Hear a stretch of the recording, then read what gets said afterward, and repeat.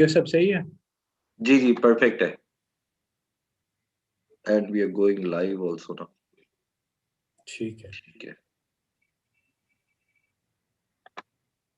We should start with the 3 minute का यानी intro तुम्हें करना चाहिए, उसके बाद फिर टर्न ओवर की है. हमारा कोर्स है, हमारा इंस्टीट्यूट है, और ये कौन सा लेक्चर है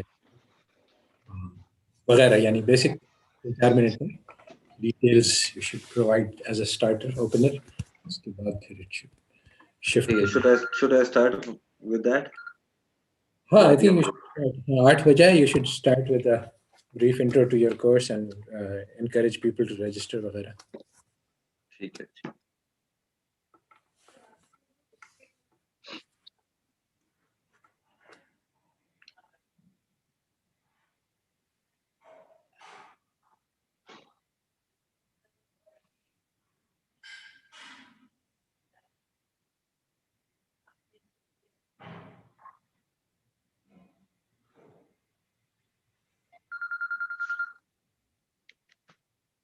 हाँ इमरान.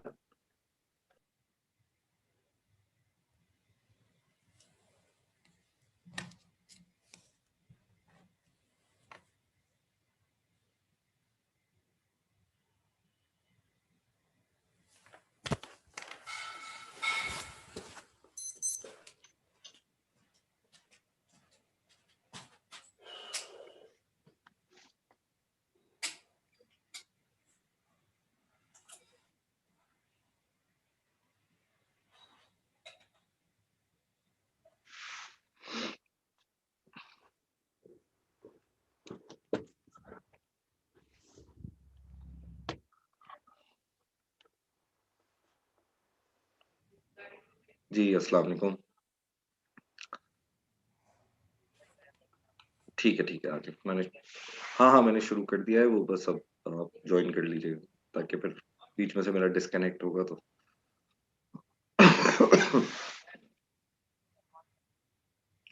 हम आज से कर ले, मैं आपको होस्ट बना दूंगा. या ठीक है.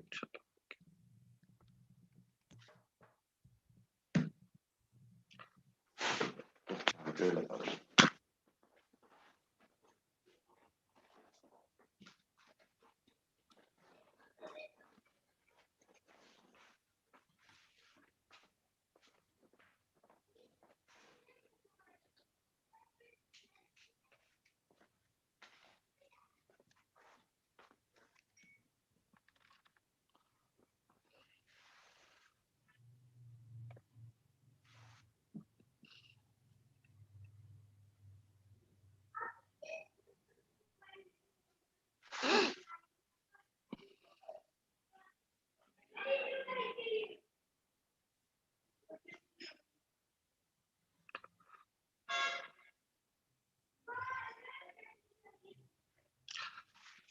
I think it's 8 p.m. now and we can start. So, Bismillahirrahmanirrahim. Thank you for all the participants to join this sixth lesson of Dr. Asad Zaman's course on how to launch an Islamic revival. The topic of today's lesson is rebuilding Islamic societies. We are really thankful to Dr. Asad Zaman for collaborating with ThinkLink Institute to launch this course. This course represents Dr. Asad Zaman's lifelong passion and work on this subject. And we have already had 5 very great sessions of this course. The recordings of those lessons is available on our site. And those of you who have not yet registered on the ThinkLink Institute website, we request you all to please go and register so that you can access the course material and also get regular updates about the upcoming assignments and other things about this course. So with this, I would request Dr. Asad Zaman to please start the lecture. Okay, Bismillahirrahmanirrahim, and thank you, and Assalamu alaikum, and thank you, and welcome to all. In this fifth lecture, we will be discussing the question which everybody has been asking me from the first lecture, what to do. And so this is actually the practical steps. In fact, when I made the lecture, I had intended to cover a lot more, but I found that we needed to go slow. So I will not be able to cover all of the steps, but some of the basic steps. Oops. Oh.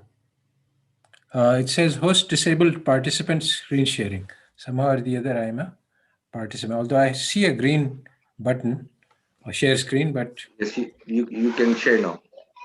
okay. Okay, now I can share, yes. Share. All right, so I hope that everybody can see the screen. Is it okay? Yes, we can see it, sir. All right, good. So we are going to discuss, all right.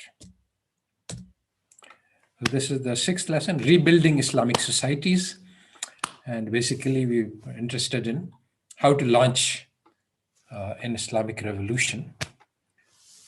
So Allah waliyu alladhina amanu yukhrijuhum min adh-dhulumati ila an-nur walladhina kafaru awliya'uhum at-taghut yukhrijunahum min an-nur ila adh-dhulumat ulaika ashabun nar hum fiha khalidun.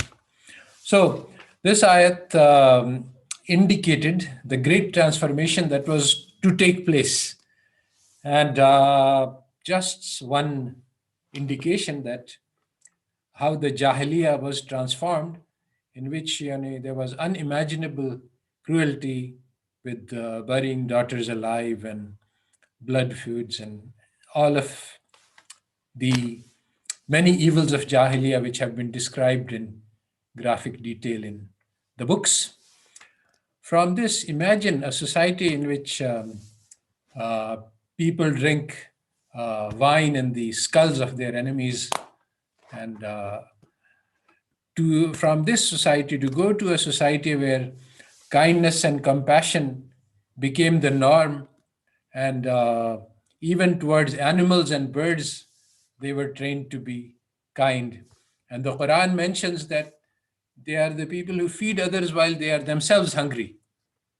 And this was not just a flash in the pan, not just a one-time event, but rather the teachings of Quran launched a civilization which has been the most inclusive, tolerant, humane, and long-lasting civilization ever seen on the planet.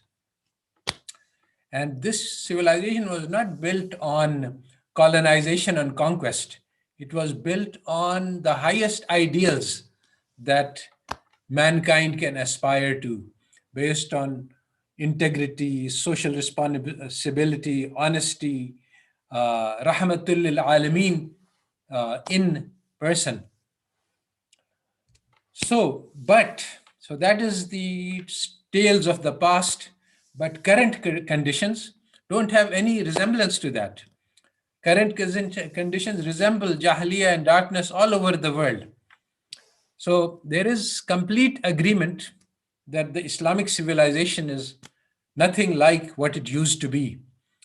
This agreement exists through the East and the West, atheists and Europeans and secularized Muslims and semi-religious and completely religious. Everybody is agreed that Islamic civilization is no longer what it was. But there is complete disagreement on why this is so and how we can fix the problem. So this is the issue that we will try to discuss today. So this is a dilemma which touches the heart of every Muslim, because on the one hand, we believe that Quran provides complete and perfect guidance for all times, for all humanity. So how can it be that current conditions resemble the Jahiliyyah? How can people who have the complete and perfect guidance be in darkness? Doesn't this go against the Quran, which says that Allah waliyul ladzina amanu? So there's something wrong here. Something doesn't match, and every Muslim has to find a solution, because there are no solutions, no consensus solutions on the table. Different people have different ideas about how we can how we can resolve this paradox, but nobody has an answer on which there is agreement. So there is one answer which is wrong, but it is widely accepted among Muslims, and this is the Eurocentric idea. So I'm trying to ask, how do we resolve this dilemma? So there is one resolution which the Europeans have told us, and unfortunately, because they have power and control, so this solution has been widely accepted by Muslims. And what is this solution? This solution says that Europe came to dominate the world because of four major reasons. There's industrialization, which generated the technology and the tools for the mastery of the world. There is the science, which is the theory behind this industrialization. There is good governance, which was happened in Europe by when they had monarchies and they replaced these by democracies, starting with the French Revolution. And they replaced religion by rationality and empiricism. So these are the four pillars on which modern secular Europe was built according to their own story. Not necessarily, this is not necessarily the truth, but this is what Eurocentric history teaches us. And it also teaches us that the West is the sole and perfect model. They are ideals, they are developed, we are underdeveloped, and the way to develop is to imitate them. So, according to these ideas, then there are four things that we need to do in order to develop, in order to, everybody agrees that we are in decline. Now, how can we change? How can we progress? Well, we have to just imitate these four components of Europe. We have to acquire technology, we have to do a better teaching of science all over the Islamic civilization, we have to change to democratic governments, and we have to do a renewal of religion. And in particular, we should get rid of the spiritual component and we should focus on the rationality and basically fit Islam to secular modern religion of Europe. And this call was taken up by many Muslims who wanted to make progress. And they said that they called for ijtihad, that and they named ijtihad distorting Islam to fit European ideals. So unfortunately, because of this bad taste created by the ijtihad by the modernists, uh, the conservatives and the traditionalists closed ranks and said that no more ijtihad, because they saw how ijtihad was being misused. So unfortunately, even though ijtihad is absolutely necessary, the dynamics of how history developed gave it a bad name. So this is one of the major problems today, that we need to do ijtihad, but we don't want to do ijtihad to turn Islam into modernity. All right, so those are the false solutions which are on the table.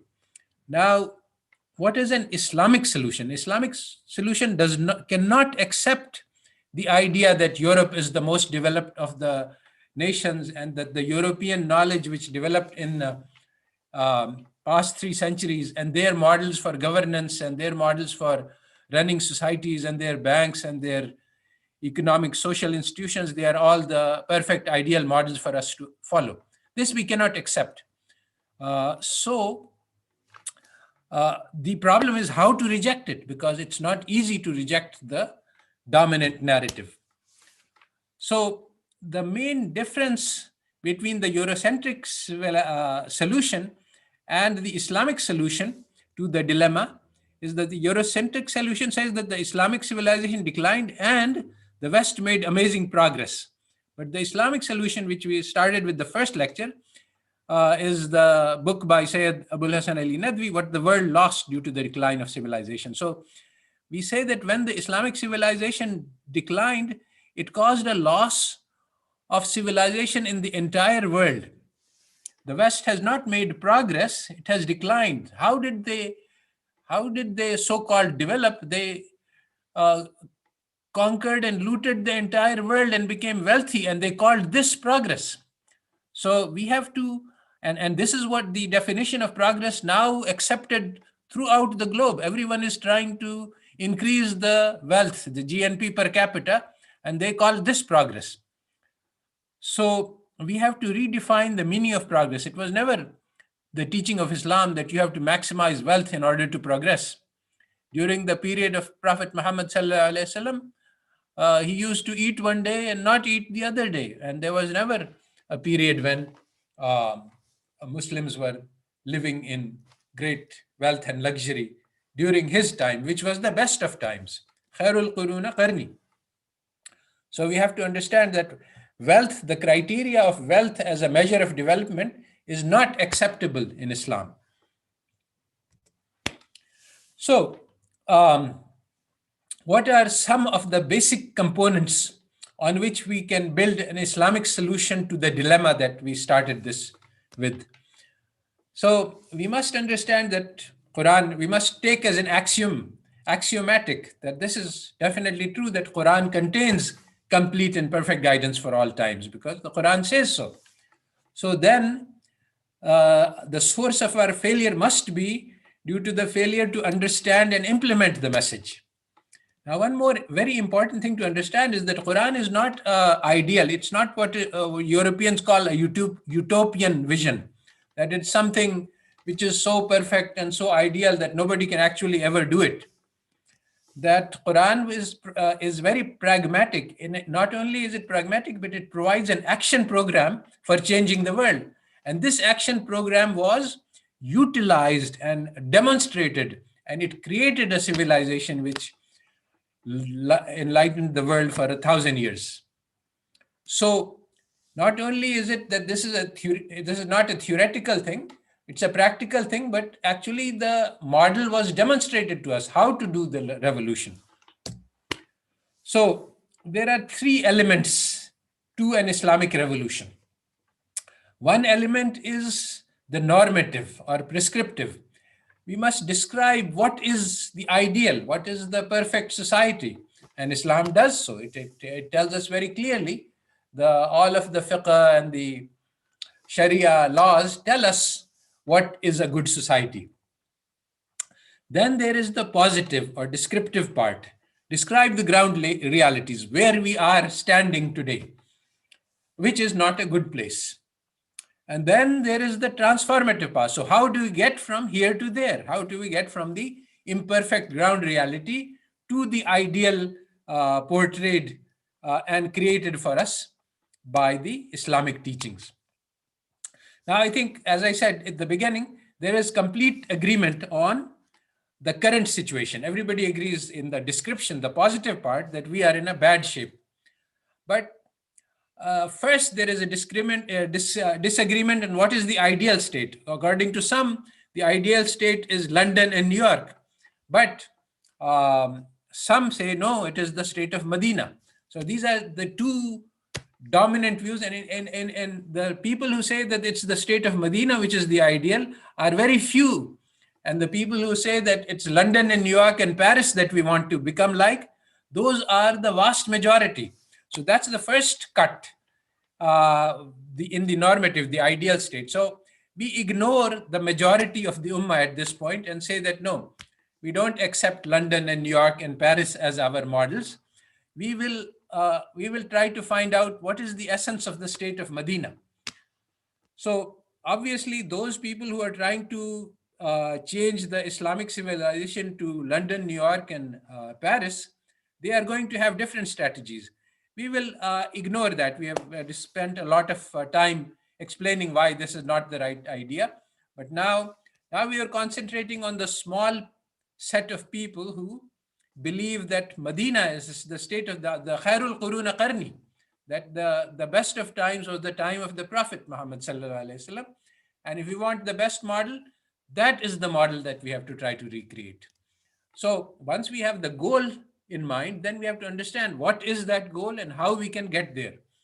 So that is the transformative strategy. So we start again with this framework. We start with the description. What is wrong today? So as the hadith says that Islam came as a stranger, and kana sa'udu ghariban, it will become a stranger. So this is what has happened today, that in all dimensions we have serious problems with Islam. And the current institutional structures of Islamic societies, if you look at governance, we are following Western models with parliaments and democracy instead of the Khilafah and Shura model. Why? Because the West tells us that monarchy is good, kings are bad, monarchy is bad, and Khilafah is kind of like a religious monarchy, which is the worst.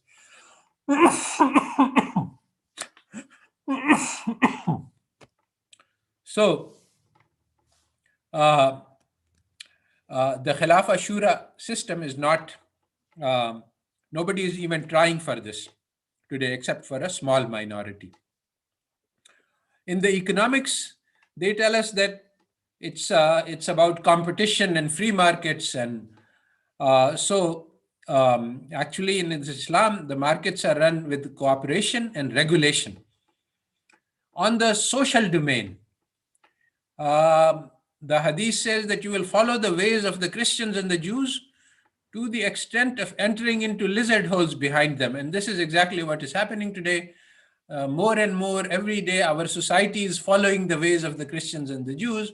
So it was true and is still true that we have strong families in the Islamic civilization, but the base is rapidly eroding, and the norms, the social norms that we see among the new generations are very much inspired by Hollywood, which says that you pursue pleasure and you don't worry about your social responsibilities. Don't worry about your father and mother. Don't worry about your wife and children. Your only job is to please yourself. And this message, which is very strong and very powerful and very appealing to the young who want to pursue pleasure. So this is the message which we must counteract. On the environmental front, Islam teaches us that this earth is a trust, this planet is a trust. We can't destroy it, we can't use it up. We have to leave it in a better condition for our generations.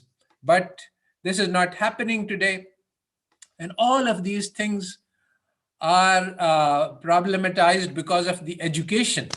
The education system that we have does not teach us a satisfactory way to live.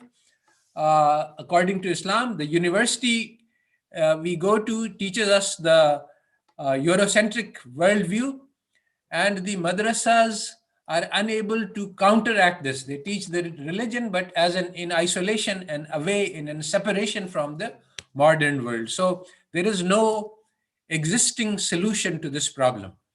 But this is the place where the maximum effort is needed.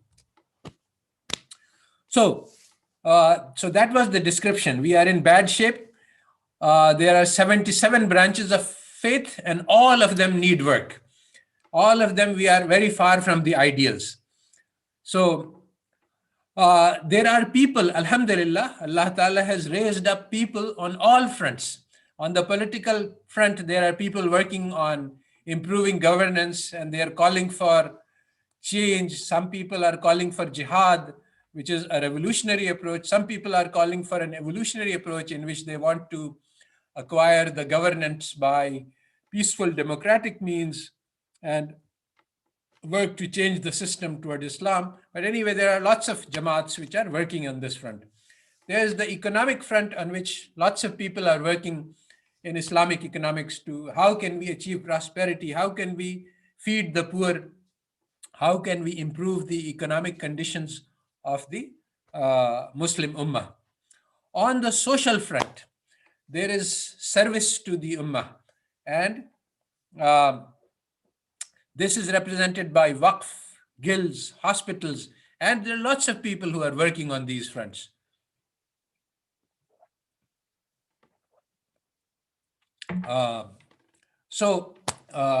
Lots of activity. On the spiritual front, there is people who are saying that there's problems with bid'ah spread throughout the ummah, so they are fighting against that. There's shirk of various kinds. There are jamaats working on building strong faith. There are zakireen and sufya and ulama and ahlud da'wah of many different types. So on all fronts, action is taking place. So the problem is, so what should we do?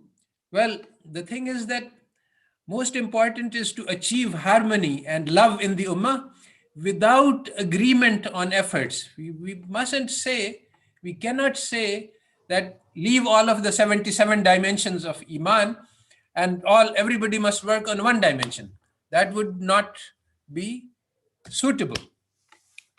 So there is a lot of disagreement today. Some people say, no, we must build khilafah. Some people say, no, we must do tabligh and dawah. Some people say that we should eliminate bid'ah. Some people say we should get rid of shirk.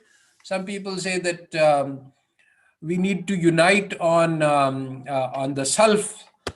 And so some people say we need to make jihad. So there is a lot of different people. So the problem is not that there are lots of solutions. The problem is the disagreement itself. The problem is forcing others to follow your path. The Quran says, do not be divided. So now there is a dilemma here. How can we be united while having disagreement extreme disagreement on what should be done? So actually Islam teaches us ilmul ikhtilaf. How do you differ with each other while maintaining love and respect for each other? And this is a unique characteristic of Islam. No other religion, in all other religions, in Christianity, in Buddhism, they say that my way is the right way and all other ways are wrong.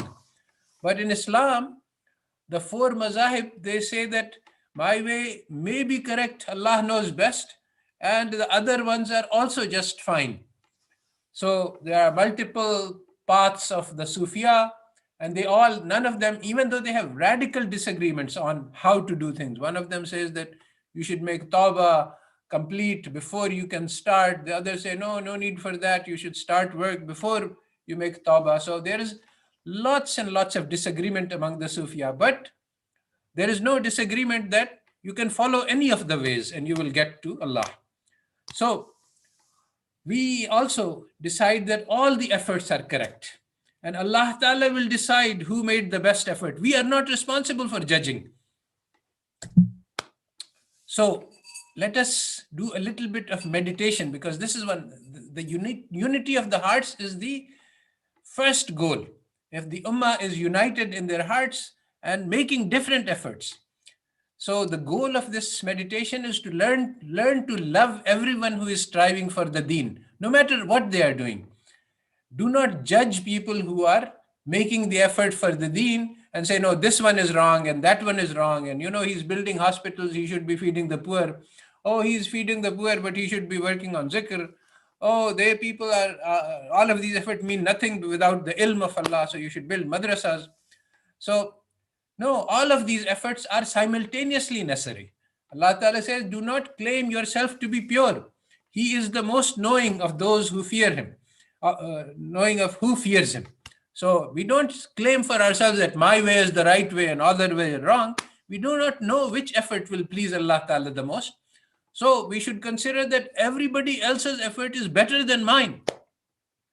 But then there's a problem. How can we consider all other people to be superior and then continue to work in our own way? If I say that, no, his effort is better, then I should maybe change. No, this is not the way. Allah Ta'ala says that, the hadith says that the differences, if the ummah, are a blessing for the ummah. So there are 77 frontiers for work, and different people have different temperaments, different capabilities, different tastes. So let them all work on what they are best able to work on. Simultaneous work is needed on multiple frontiers. Every group must work with complete devotion to their own frontier.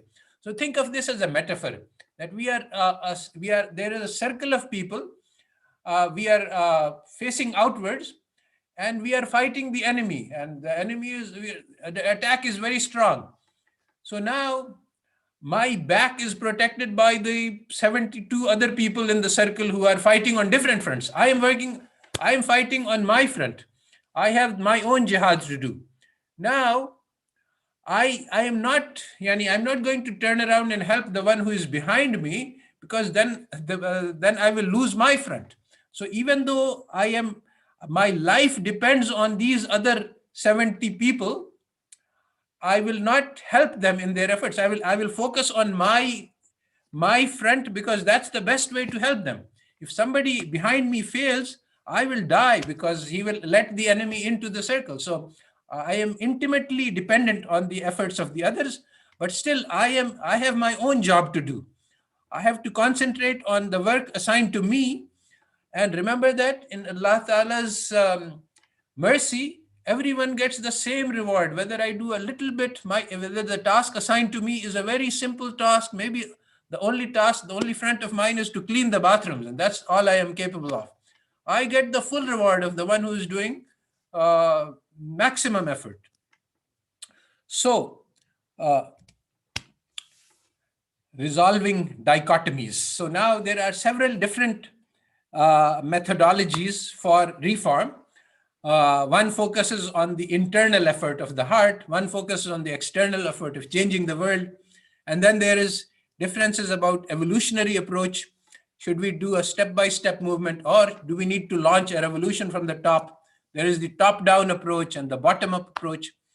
All of these approaches are needed simultaneously, and all can be done together. There is no dichotomy, no necessary controversy.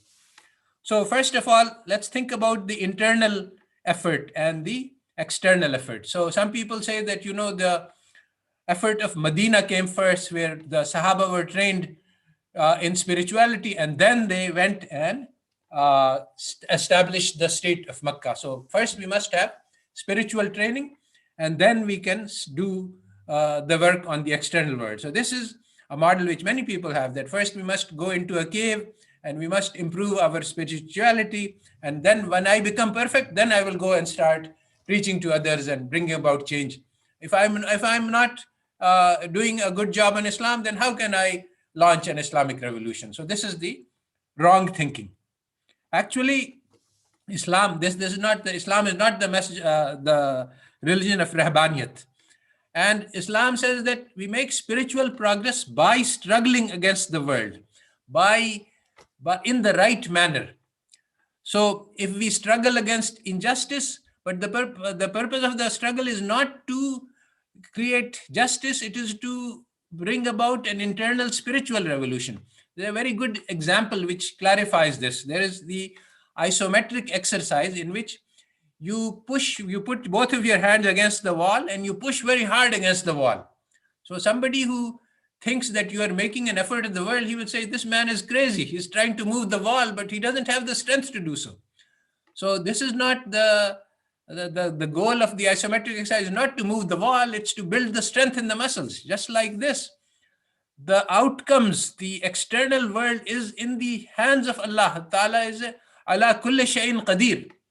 So when the Yahudis said that why should we feed the poor when Allah Ta'ala can feed them? Of course Allah Ta'ala can feed the poor. You feed the poor not because of concern for the poor, because that's the way to purification of your heart. So similarly, we make the effort in the world, we make the effort to bring justice, we make the effort to help the poor, feed the poor, out of the love of Allah, because making this effort will create the spiritual change. So then there is this issue of evolution versus revolution. People say that we must make gradual changes to existing system. Other people say that no, we have to start from the top. We have to capture the government, and then we can create change. So actually, if you think about the fact that we are individually responsible for our personal efforts, but think about of the metaphor of the circle. If I win my battle, or if I don't even win, but I do my best in my battle, then I have succeeded personally. If enough people succeed in the circle, then social change will emerge as an outcome. So this is a gift that Allah Ta'ala gives us, the outcomes. So this is a very common understanding, that the struggle is in our hands and the outcome is in the hands of Allah. And in the struggle, we can be ghazi or we can be shaheed. It doesn't matter. We are successful anyway on the individual level. On the communal level, on the outcome level, this is in the hands of Allah. So these are some general principles. Now we specialize to what we should do. What is the path to progress? So there are two very important principles. One of them is called, I call focus, concentration, and the other is sequencing. So we start with, what you can do. So what you can do, first you must do stock taking. Who am I? What are the capabilities that I have been given? These are my strengths. How can I develop my potentials? This is learning. This is called removal of weakness. What are the desires which motivate me to work hardest? This is what Allah Ta'ala has put into my nafs. And as one of the famous imams says, it is the desires of the nafs which are the kindling for the fire of the hammam of taqwa. It is our passions, our desires which lead us, give us the energy to work hard. So we have to analyze ourselves that what are the fronts on which I can work hard. Then we have to look, where am I standing? What are the opportunities that are open to me? What are the things that I can do? If I am sitting here in Pakistan, then I shouldn't worry about what's happening in Morocco and what's happening in Libya. Yes, these are the other things which Muslims must worry about. Remember the circle, that these are things of great concern to us. I am very concerned about what's happening in Morocco and Philistine and the people all over the world, but I can't afford to lose my battle in order to, by distracting my attention to what's happening to them. I make tawakkul to Allah and I make dua that Allah Ta'ala help. So so I focus on where I am and what I can do. And then I examine what are the obstacles to change, what are the threats. So focus means that choose your battles and then win them. Don't make half-hearted efforts on many different fronts and lose all the battles. Yes, I'll do this and I'll do that and I'll write a letter to the editor about this and I will do protest that. No. Strive for excellence. Allah Ta'ala says, الَّذِي خَلَقَ الْمَوْتَ وَالْحَيَاةَ لِيَبْلُوَكُمْ أَيُّكُمْ أَحْسَنُ عَمَلًا وَهُوَ الْعَزِيزُ الْغَفُورُ. Allah Ta'ala is looking for excellence, the best in us. So in order to do the best, you have to very strongly concentrate on just one area. Withdraw from all the fronts where you cannot make an effective contribution. Lose 1,000 battles. Today, that's the biggest problem, that we are fighting on so many fronts. We see a message on WhatsApp saying something wrong and we say, oh, I've got to fix this. And then we say, oh, on another social media, there's somebody else is saying something wrong and it is my duty and responsibility to fix this. No. Let them go. Abandon everything and choose one front where you can actually create change and then win that battle. Show your excellence to Allah Ta'ala, because Allah Ta'ala is looking for excellence. He's looking for the best. He's not looking for a little bit here and a little bit there. Remember that spiritual progress is the only thing that matters. Again, this is the example of the isometric exercise. We work very, very hard at the world, not because we think that we can create change. Astaghfirullah. Allah Ta'ala is all powerful. All change is in His hands. We can do nothing without His will. But we make the effort to change ourselves. So this means that a lot of solutions, people say, for example, in Pakistan, people are very concerned about dishonesty in taxes. So one solution is that we create monitoring systems and we attach cameras to everybody to see what they're doing and to make sure that anybody who cheats, he is caught and punished. This is zero from the point of view of Islam, because you have not worked on the hearts of the people. If you see at the beginning of Fajr today and at the beginning of Fajr tomorrow, 24 hours have passed, the sum total of the effort is how much change has occurred in the hearts of the people. Have people's heart become closer to Allah? Maybe if the half of the wealth of the ummah is destroyed in this one day, but everybody turns his attention to Allah because of this destruction, then this is a great blessing and a great mercy. So, and on the other hand, if Allah Ta'ala gives us the dominion of the world and everyone becomes ghafil due to this power, then this is a great loss. So we have to concentrate on changing hearts. But remember that there's only one heart that I can change. I don't have either control. Allah, the heart of everyone is in the hands of Allah. Even my own heart is in the hands of Allah. But I am eligible. I am required to make effort on changing my heart. And there is a dua that Allah Ta'ala change my heart towards the good. So we have to learn how to act with ihsan, that is, with the consciousness that Allah Ta'ala is watching us and we are living in the presence of Allah Ta'ala. And if every Muslim achieves this right now, then we have achieved success. So since we will not be questioned about the tasks of others, so we must focus, again, this is focus on what we can do, our own heart. So every day we have passed one day and we ask, have I become closer to Allah today?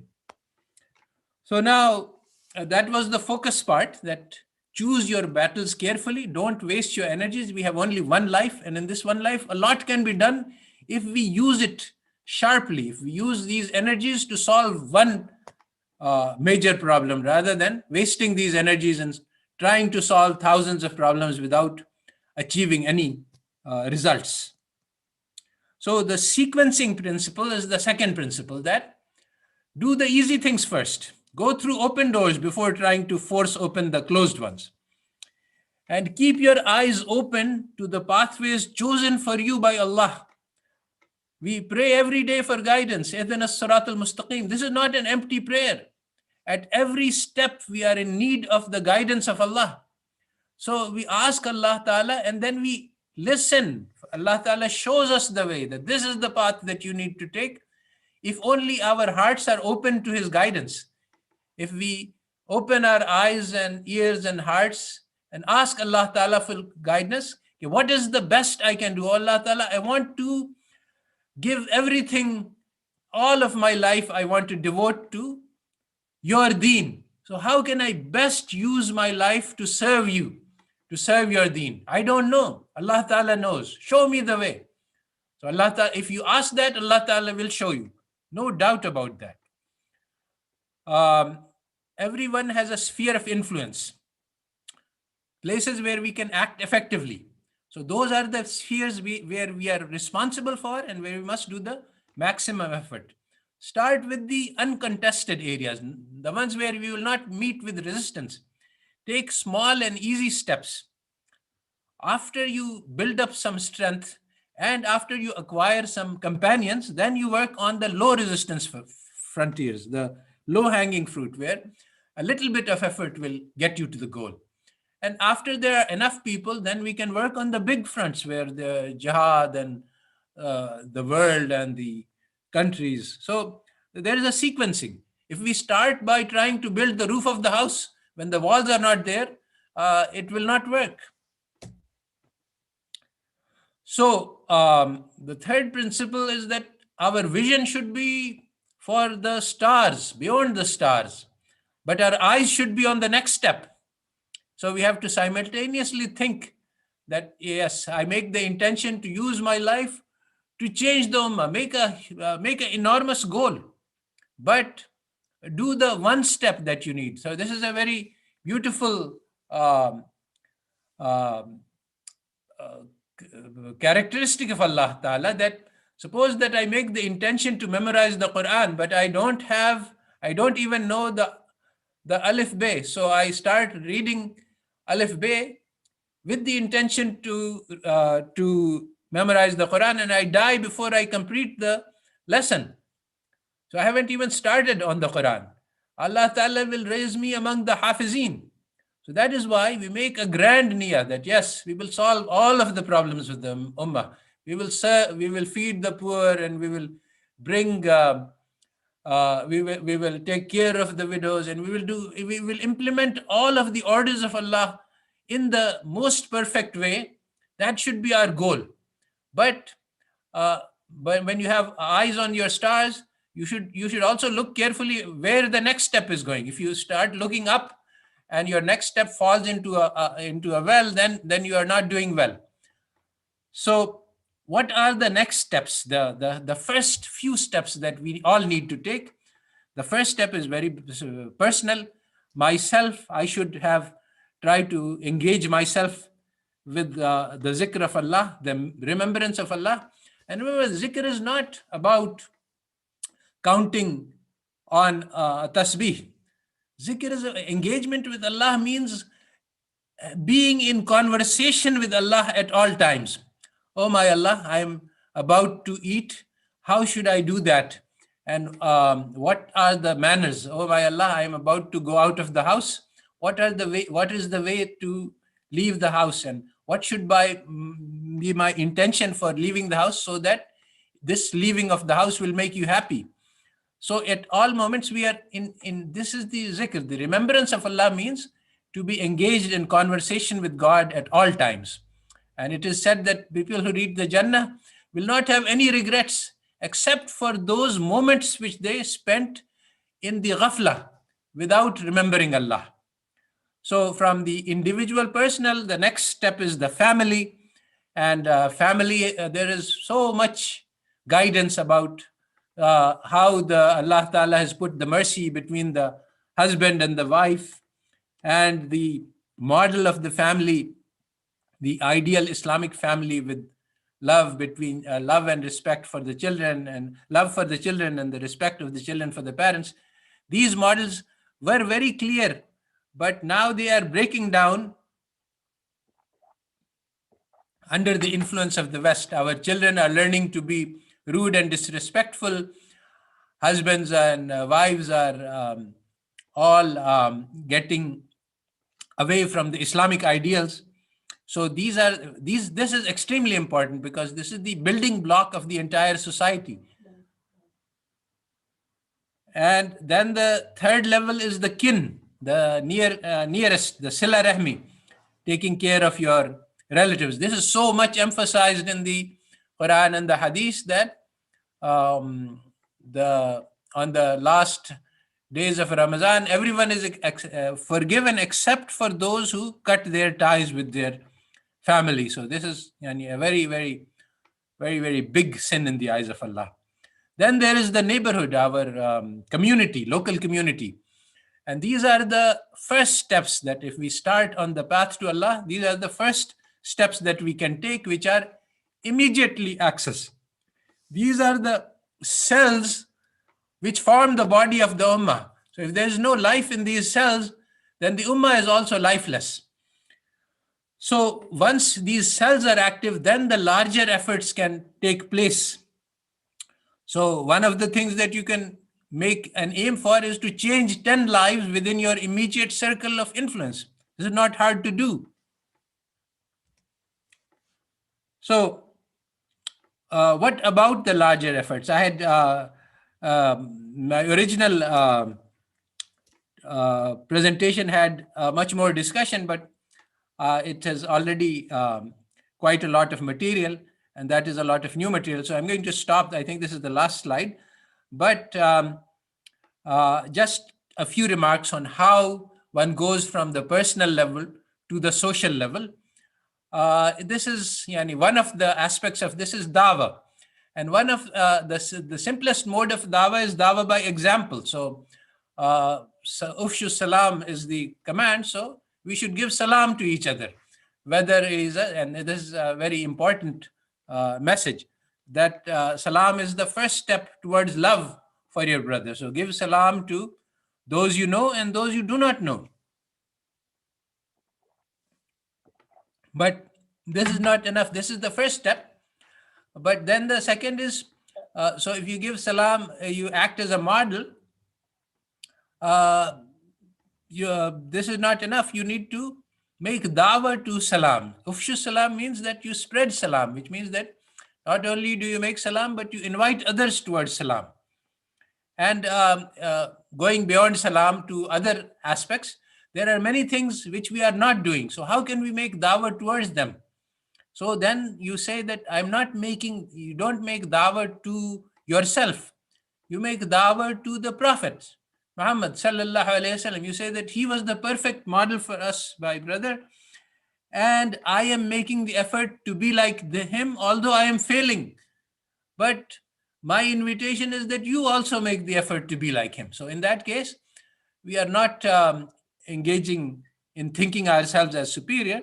We are just inviting others to make the effort for the deen.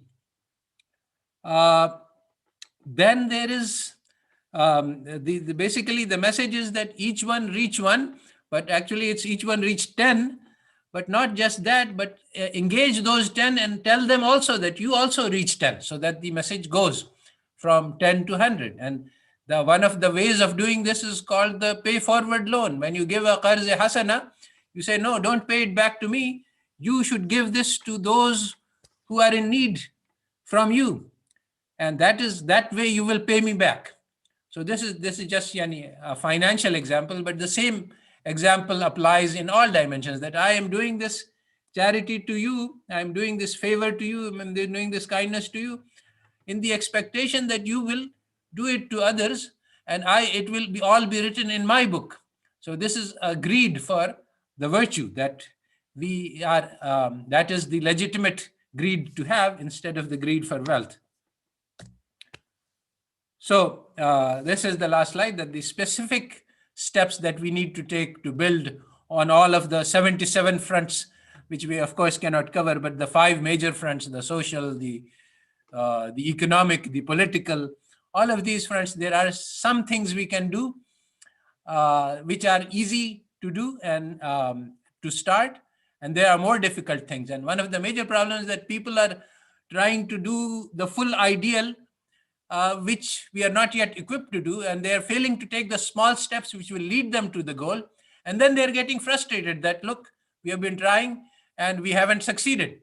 So all of these things are serious problems in making the effort. So I think I'll stop here and open the floor for questions.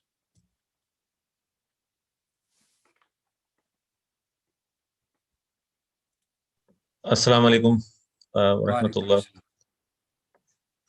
So at this point, if anybody has questions, please indicate and raise your hands. I don't see any raised hands, so I can go on to the questions sent in the chat. Let's see if I have any. Yeah, I don't see any raised hands. Okay. So we can go and take the questions in the chat, Dr. Asad. Yes. Okay. So please, I haven't been looking at the chat. So please, can you read one of the questions? Yeah, I will go to.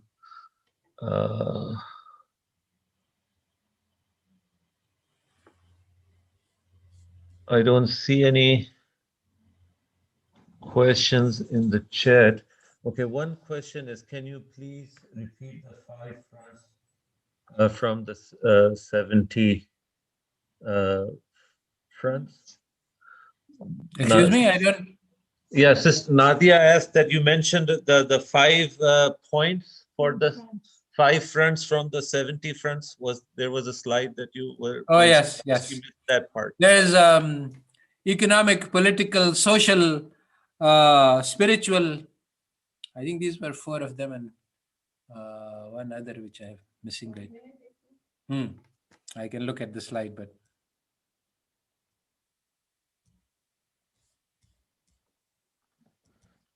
you can turn on. Okay, there is a question from Noha Farag. Yes. Professor Asad, what do you mean when you refer to dawa by dawa? And she mentioned.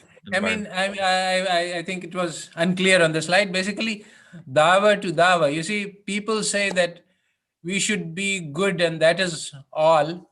But the Prophet ﷺ did not just lead by example. He actually went and made dawah and converted the Sahaba into da'is. So there are many stories of somebody came to the Prophet ﷺ and asked, "Oh Muhammad, what is your message?" So he would explain the basics of Islam, very, very simple things that. And then the man would go and he would come back with some other person. They're saying that, okay, these are good things, and I have brought him and I have explained these to him. So from the very beginning, the practice of Islam was combined with dawah towards Islam. And today, the whole world is thirsty because spirituality has been eliminated from the world. So the opportunity for dawah is much, much, much greater than we can imagine. People are really very, very eagerly looking for meaning in life, and Islam provides it to them. If you just look at these 3-minute, 5-minute clips of conversion to Islam, you will find that people are just desperate to find meanings in lives, and we have these. But in order to make powerful dawah, you have to build up your spirituality and connection with Allah. But the way to do that is to make dawah. So it's a sort of a reinforcer. So not only should you give dawah, but you should ask people to make dawah as a means. So that's what I meant, I think. Okay. Doctor, may I ask a question, please? Yes, please go ahead. Sir, can I ask a question, please? Sure. Yes, please go ahead. Yeah. Doctor, normally, yes. Normally, when people say Islam is Islam is a religion of peace or tolerance, they only refer to the differences between fuqaha, and they just ignored the differences of mutakallimin. Mutakallimin, they did not tolerate the differences between them like the fuqaha did. So isn't it better to clarify that what kind of tolerance Islam, what kind of differences Islam can tolerate and what kind of differences Islam cannot tolerate? Very good question. What I would like to say in line with what I said is that, is this a front on which you can make a difference? Is there a problem in terms of which you can solve along this line of questioning? That can you help improve tolerance? So you should ask, what can I do? Are you tolerant? Are you treating people in your neighborhood with equally? Do you have servants? And do you have bosses? You have people who you treat, you are supposed to treat with equality, and you're not doing so? Are there people that you have hatred in your heart for? Then you should try to remove those. What the fuqaha did, that's really not of concern. Now, if I'm a faqih and I'm asked for ruling on this matter, then it is a matter of relevance to me. But for most of us, the question is to ask, is this one of the problems which Allah Ta'ala has given for me? And is this something that I will be asked about on the day of judgment? So this is focus and sequencing.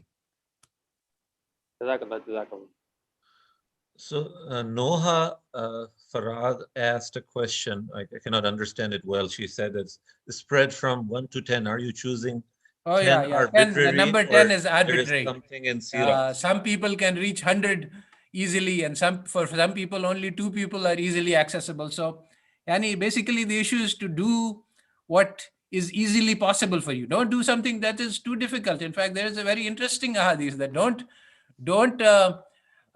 go too deeply. The ad-dinu mateen. So enter into it slowly. Take small, firm steps and solid steps, and then do step by step. Don't take a big jump, and then you find that you cannot do it, and then you get discouraged. So look at where you are, what you can do, and then make an effort to be a little bit better. Don't make effort to reach sainthood in one step. Okay, Naji Akbar, can you ask your question, please? Yes, am I audible? Yes, we can. Yes, I can hear you. Okay, my question is it important for a person to be a Muslim? And when I say Muslim, I don't mean I'm not using the word Muslim in the traditional sense of the word. I'm using this word quite openly.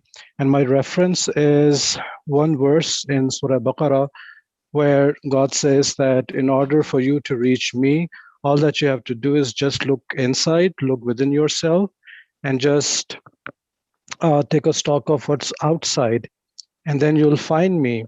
And if you want, maybe Quran can help you. So if we just rely on ourselves, like looking within ourselves, looking, doing some sort of introspection, and then relating it to the world which is without, we're 66% there. And there is a surah which is dedicated to Luqman, and like we all know, Luqman did not exist in the time of the Prophet Muhammad. He lived in Sudan, and he was not a Muslim because there was no prophet at his time, but he found God in the absence of any religious scripture. And then God was so happy with him that he included a surah dedicated to his name. So I'm wondering what your thoughts are on this. I'm sort of confused by what it is exactly the question that you are asking. Is it important for us to have some sort of religious scripture to become a Muslim? Is there any way? Do we really need Quran when Quran itself says that if you just look within yourself and relate it to the world outside, you're 66% there, and that's about it. Well, you see, Quran starts with Alif Lam Mim Zalikal Kitabu La Rayba Fi Hudal lil Muttaqin. So right now it says that I, the Quran, am the source of guidance.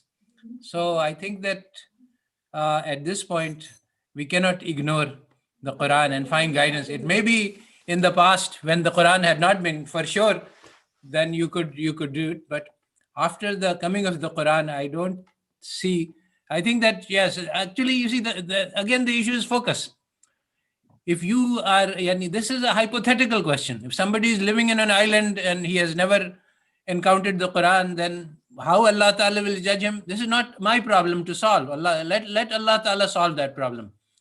I have been exposed to the Quran, so for me it's unthinkable to find. Quran has been the most inspiring book in my life. It has changed my life, and so I would strongly recommend it to everyone else to be the source of guidance. Now, thinking about questions which don't matter in terms of my life, this is one of the biggest obstacles to progress. By wasting time on meaningless questions which don't matter for our personal actions, we avoid doing the things that we can do. Yes. Next question. So, yeah, and one thing in this regard that Dr. Suri in the lecture yesterday discussed, that deism is a main problem of today, that people believe in God, but they don't want to follow a certain tradition or a way to reach God, and they decline the authority of established religions to reach God. And the other thing was that prophets before Muhammad ﷺ were all Muslim. Okay. Then next question is, Qamar Abbas is asking, Professor Asad, what alternative do we have to democratic governance? Again, I would ask, are you in the government, and are you are being asked to make policy about bureaucratic institutions? And if this is something which we can do nothing about, then let's leave it. Yani, whatever the government system is running, let it run, since we cannot change it. Let it not be a distraction. There is a system, there is Khilafa and Shura, and actually I was planning to discuss, Islam has its own system, but that's something which I don't think that that we are going to establish. At least I am not sure how I would be able to participate in an effort for launching a Khilafa. So for the moment, this is not one of my interests. Maybe you are in such a position, then it would be relevant to you. And then in that case, you should ask for advice from people who are scholars of Islam about that. But I don't know. Nadia has a question here. Yes. Wa alaikum assalam. So my question is, how do you differentiate between a dai who is not credible in the actual Islamic sense in this day? Please talk louder or How do closer how, to the mic. how do you differentiate between a dai who is not credible in the true sense in this day and age? How do you know without any prior spiritual knowledge who is a true spiritual guide? This is a very good question, because actually this is the nature of the world that we are in. If you think about, this is a very fundamental question that you have asked. You see, think about, yani, we have been sent into this world for a test. But what is this test? This is something that we have to understand. What is the test that we are in? The test is precisely this one. On the one hand, there is the dawa of haqq, and on the other hand, there are 1,000 people who are making da'wah to batil deens all over the world. These, and there are gods calling to us. So to recognize haqq, this is the essence, the heart of the problem that we face. So how do we do it?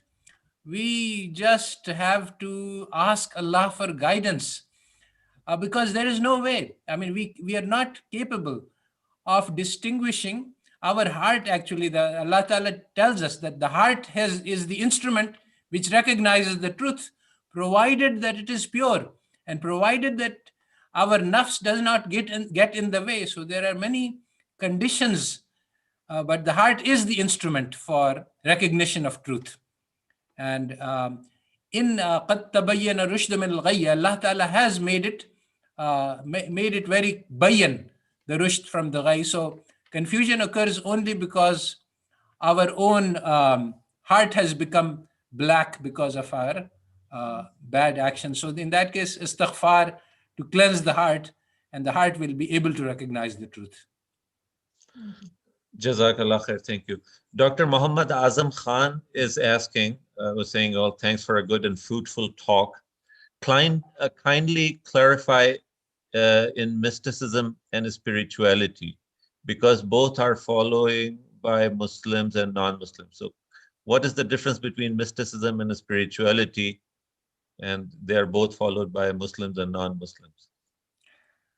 Yes, well, this is a very good topic, but this would require a lecture of hour and a half at least. So I don't think I can give a thumbnail answer to this question. Inshallah, we'll try to have a separate session for that. Noha Farag has another question and request. Please discuss governance roles, and please discuss the relations between Muslims and non-Muslims, and kind of cooperation between both parties at any time convenient to you. Please, Professor. Okay, governance is a good topic, but what we should do is think about micro-governance. How do we have decision making in our family? Think of the family as a small state. So do we ask for mashwara from our children, from our juniors, from all who are relevant parties? Do we make istikhara? Do we know how to make mashwara according to the etiquette which have been taught in the books of ahadith? So learn how to do decision making. See, decision making is key. How do you make group decisions? Now, there is one mode, which is the dictator mode, which everybody knows that I am the boss and everybody will do what I say. And this is unfortunately the one model that is most familiar. So this is not the Islamic model for decision making. In Islamic model, the leader is the servant of the people. So the leader tries to find out what everybody wants, and then tries to find a way to choose a policy which will please everyone. He tries to get everyone on board, and in this process, he often ends up sacrificing what he wants to do or she wants to do. So this is how we learn governance in our families, in our small groups, in our extended family. Whenever we have to make a joint decision, we learn Islamic governance. I actually learned all of this from my trips in Tabligh, where small groups go out and they learn how to practice Islamic governance. Okay. Ahmad Raza is stating that it was mentioned that what else others are doing, it doesn't matter. What you are doing it matters. So the question he's saying based on this, if you are saying this, how do we bring change in this way if we are not connected to each other? While if you want to bring a revolution, we should have a unique mission. So that's a question or a comment. So if you want to address well, that. see, everybody has a sphere of influence. And if everybody, you see, think of two models. One is where I am trying to influence my neighbor, and my neighbor is trying to influence his neighbor, and everybody is working on other fronts. And think of the other model where everyone is concerned only with himself, and so it's everybody. It's very antisocial model. So how will change happen? If everybody changes himself, then the whole society will change. So there is a cooperation which is achieved as an emergent feature when everybody works on their own specified targets. I think I explained this clearly in the metaphor of the 77 fronts, all of which are necessary, but we can only deal with one at a time. So every one person does one front, and 77 Jamaats will take care of the 77 branches of faith. Okay, so that ends the list of the questions in chat. If somebody has any question they want to ask on the mic, please turn on or raise your hands. Okay, moderator, kindly send me who was asking about Muslim versus Islam as an ideology. Oh, I see. To send him a read. So whoever that asked, please contact Noha Farag. She has some references for you. Who was asking about Muslim versus Islam as an ideology? I think it was Qamar Abbas, or no, whoever it was. So I don't see any raised hands at this time, and I don't see any more questions at this time. So I would like to thank Dr. Asad Zaman for giving us his time, and Jazakallahu khair. Inshallah, we'll meet again at the same time next Sunday, and feel free to pass on the links to this program. It's available on YouTube, as well as the links will be shared before the next program, inshallah. Jazakallah khair. Assalamu alaikum wa rahmatullahi. Wa alaikum assalam wa rahmatullahi wa barakatuh. Thank you, Dr. Asad, and everybody.